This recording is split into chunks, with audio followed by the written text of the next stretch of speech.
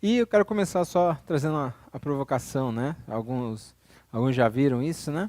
Que é justamente como a tributação ela influencia nas nossas decisões de consumo, né?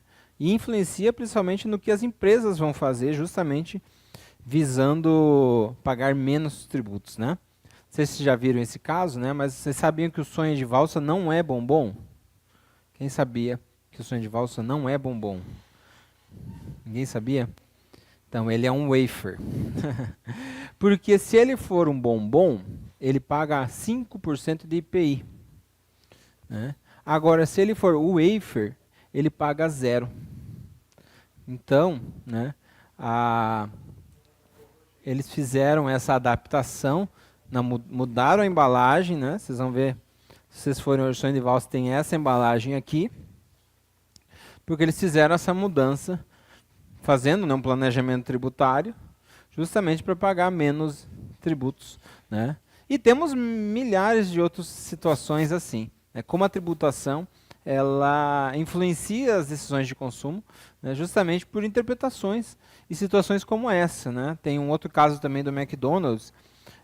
Vocês não tomam sorvete, é uma mistura láctea, porque o sorvete paga tanto e a mistura láctea paga menos, né? Então são situações, N situações, né, que os tributaristas ficam ao encargo de estudar para verificar para pagar menos tributos, né? Esse é um caso bem famoso, né? Então agora se você for comprar o sonho de valsa, você vai lembrar que é wafer, não é, não é bombom, tá? Se for bombom, vai ter que pagar mais 5% de IPI.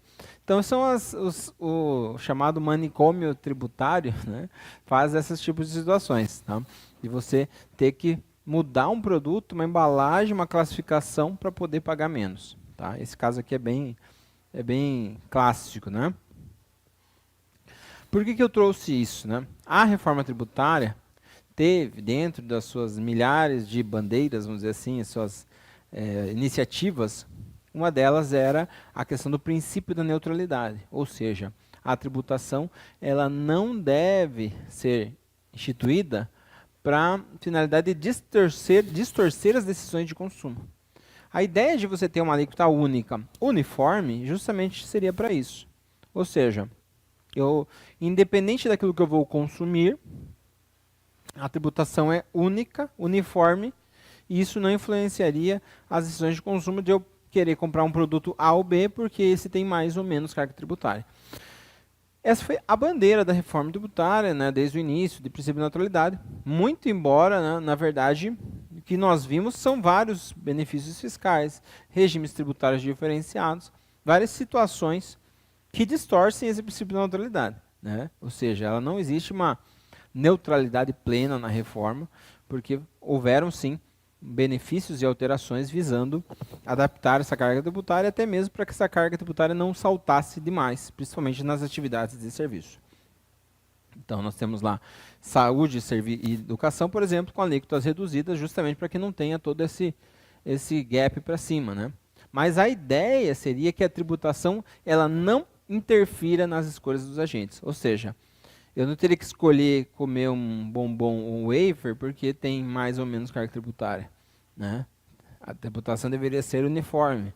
Essa tributação uniforme, para quem produz, ela acontece nos mecanismos de crédito, que é a cumulatividade, não cumulatividade. E para o contribuinte, que somos nós, a base tributária ampla e uniforme, ou seja, uma base igual. A reforma tinha toda, como eu falei, a reforma tinha essa premissa, mas não significa que ela ocorreu. Ou seja, nós tivemos vários benefícios fiscais, reduções. Lembrando, né, pessoal, importante também falar isso, não sei se tem alguém de Câmara de Vereadores, mas é importante lembrar, né, que no IBS, muitas das prerrogativas que nós temos hoje com o IBS, elas se vão. Ou seja, hoje no ISS, né? Então, o município não pode mais não vai poder criar um benefício fiscal de IBS, por exemplo, né? Ou seja, todos os benefícios, tudo que envolve IBS está na legislação federal. O município não vai ter qualquer interferência no IBS, daquele caso de reduzir uma alíquota para um serviço tal, para atrair para o município. Acabou. Certo? A única coisa que o município pode fazer é definir a alíquota padrão. Só que mesmo essa alíquota padrão municipal, ela precisa estar em consonância com a alíquota de referência, que vai ser fixada pelo Senado. Então, você tem ali um gap, uma possibilidade de alteração, mas não é muito grande. E fora que, considerando que muitos municípios podem perder a arrecadação, muito difícil que municípios optem por baixar essa alíquota. Ou seja, esse chuva de pedidas de benefícios no ISS que existem hoje, né? Quero alíquota menor para isso, para aquilo, né? Isso acabou com o IBS. Tá? Não existe mais essa possibilidade. Então, o município não vai mais fazer um planejamento de trazer a empresas ou não, com base numa alíquota de IBS ou uma questão como é hoje no ISS. Isso é um ponto bem relevante, porque não há necessidade, né, de ter uma lei de IBS municipal. No máximo, para definir a alíquota padrão, mas enfim. Agora, para questões de benefícios fiscais, não há possibilidade. Né? Então, isso é uma questão bem legal de avisar lá que, ó, isso, a alíquota referencial, mas ainda assim a alíquota padrão dos municípios também não vai ser tão dissonante dessa alíquota referência.